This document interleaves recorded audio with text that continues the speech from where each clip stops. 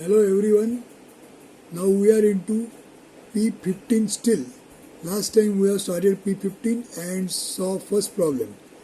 That was the first problem on intersection of solids. Today we are going to solve the second problem on intersection of solids. So the topic is still the same and we are going to solve the second problem. The difference in this case is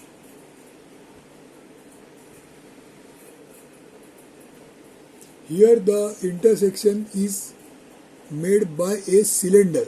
Last time this intersecting solid was a square prism, this time it is a cylinder. The first solid is still a prism like last time. In that also there is a difference that if you see here, this vertical prism has got its side surfaces equally inclined. Last time this vertical solid was having inclined surface making angle 30 degrees. This time it is equal. So as a result, if you find this square prism in the front view is symmetric about this vertical axis, which was not the case earlier.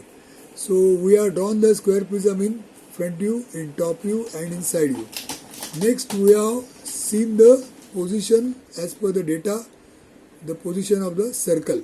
The intersecting solid is a circle in this case. So this particular cylinder is intersecting through this particular solid. Now we are taking this as a cylinder. Right now it is drawn as a hole. You can see here this cylinder is not shown. It is drawn as a hole. But if you call this as a cylinder, then this will be a complete cylinder. Now we will change this into a cylinder. Then some of the lines will change. Let us take it at the moment as a hole. So when this is a hole, then this is the way we are going to do. Now let us see how it is being done. So the description of the problem will be given to you. As per the description, this is the first solid, which is a prism. The dimensions of the side and the height and the inclination is given. Then the second solid, which is here, which is a hole rather. So that hole, at what position it is, at what distance it is, everything is given. According to that, this particular circle is drawn in this position because it is intersecting. Now after doing this, our job is to draw the curves of intersection, which are these curves which are already drawn here. Now how these curves are drawn, that is what we are supposed to see.